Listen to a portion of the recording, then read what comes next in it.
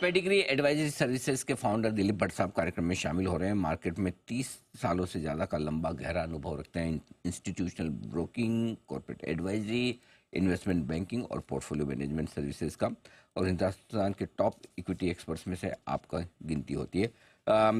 Sir, बहुत बहुत स्वागत है भट्ट साहब, आपका समय देने के लिए आपका धन्यवाद। Good morning. बताएं सर, इस दिवाली से अगली दिवाली तक बाजार के बारे में व्यू, आउटलुक कैसे देख रहे हैं आप? बाजार क्या लगता है आपको? Good morning Anil ji. Morning sir. Anil ji, आपको और आपके सभी दर्शकों को दिवाली की बहुत सारी शुभकामनाएं।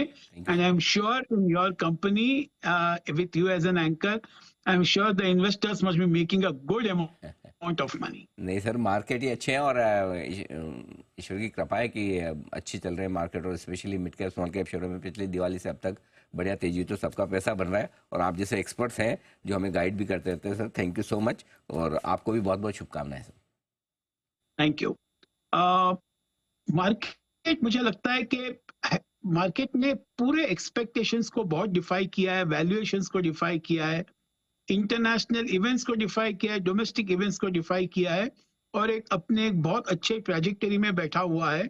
और उसका रेजिलियंस भी हम देख रहे हैं कि in spite and despite so many things happening, अपनी मार्केट अभी बहुत अच्छी तरह से बरकरार है। और एफआईएस का सेलिंग नॉटविथस्टैंडिंग, उसके बावजूद भी हम देख रहे हैं कि मार्केट्स बहुत अच्छा है। लेकिन जरूर ये सब देखते हुए लग रहा है कि always it pays to be a little more cautious. यहाँ से अगर आपका थोड़ा बहुत चूक भी जाता है, थोड़ा बहुत मौका निकल जाता है, तो कोई बात नहीं है, क्योंकि last 1.5-2 years have been excellent. और यहाँ पर एक प्रिजर्वेशन मोड भी रहना चाहिए। और ओवरऑल मैं ये नहीं कहता कि सेल करना चाहिए, but one should cautiously invest and one should not be in a hurry to invest from the current levels. मुझे लगता है आने वाला साल शायद एक म्यूटेड ही रहेगा, जरा साइडवेज चल सकता है, टाइम वाइज करेक्शन दे सकता है।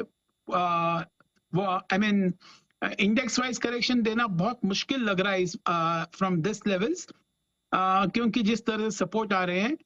लेकिन कोई कुछ आसमानी सुल्तानी हो जाए तो शायद हो सकता है यहाँ पर एक करेक्शन भी आ जाए। लेकिन हमारा यही मानना है कि वन शुड बी कॉशियस, और यहाँ से एक expect maybe around 10-12% growth in index over next 1.5 year। हमको लगता है यहाँ से इस तरह से मार्केट को देखना चाहिए। ओके, तो बिल्कुल ठीक बात है, ये तरीका है बाजार में देखने का। आइए अब जरा एक बार राय आपसे ग्लोबल मार्केट्स पे भी ली जाए। काफी कुछ चल रहा है, अमेरिकी बाजार लाइफ हाई पर है। क्या लगता है सर आपको? दोनों तरफ के व्यू बड़े स्ट्रॉन्ग है। एक तरफ कहते हैं लोग कि अमेरिका के बाजार टॉप बनाने की तैयारी में, दूसरा कहते हैं कि इकोनॉमी बड़ी मजबूत है। कैसे देखें उनको, और हम पर क्या पड़ेगा सर? इंटरनेशनल मार्केट्स और खास करके यूएस मार्केट्स ने भी बहुत अच्छा स्ट्रेंथ बताया है। और हम देख रहे हैं कि वहां पर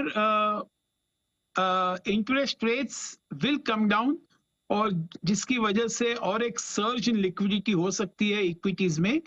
और वो भी एक स्ट्रॉन्ग सिग्नल है कि जिसकी वजह से मार्केट्स में तेजी बरकरार है वहां पर भी।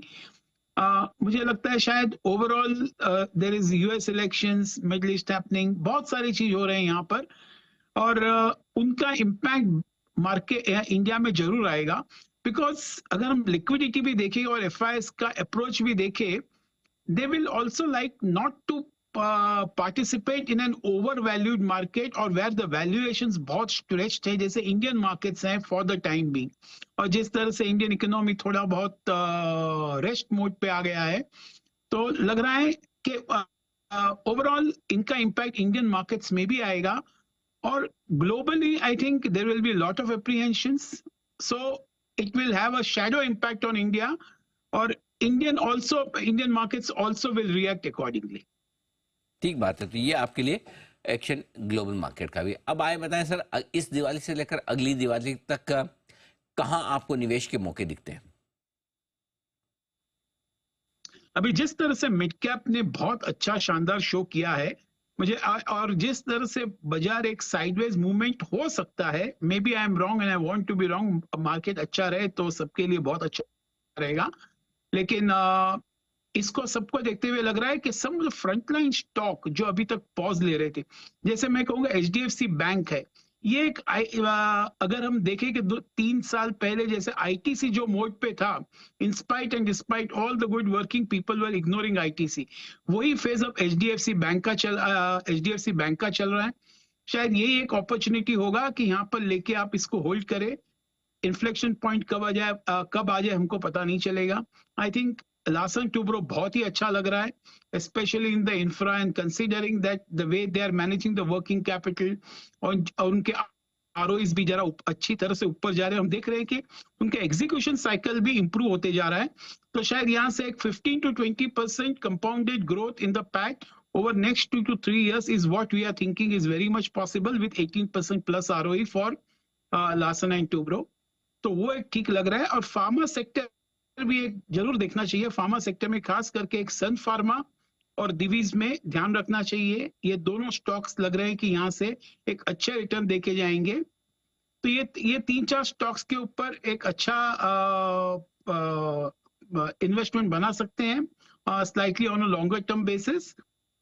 और अगर हम मिड कैप में देखें तो something like Schneider looks pretty good and interesting on a longer term basis.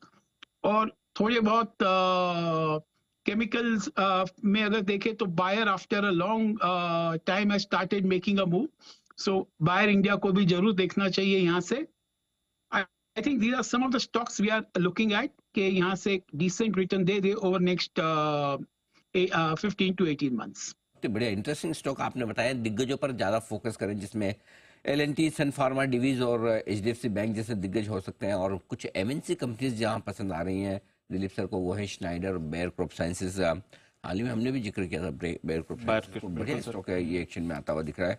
Dilip sir बहुत बहुत धन्यवाद आपका समय देने के लिए और बाजार के डायरेक्शन पर और इन्वेस्टमेंट के बेहतरीन मौक़ों पर हमारे दर्शकों को अपनी बहुमूल्य राय देने के लिए। Thank you so much sir, बहुत बहुत शुक्रिया। बात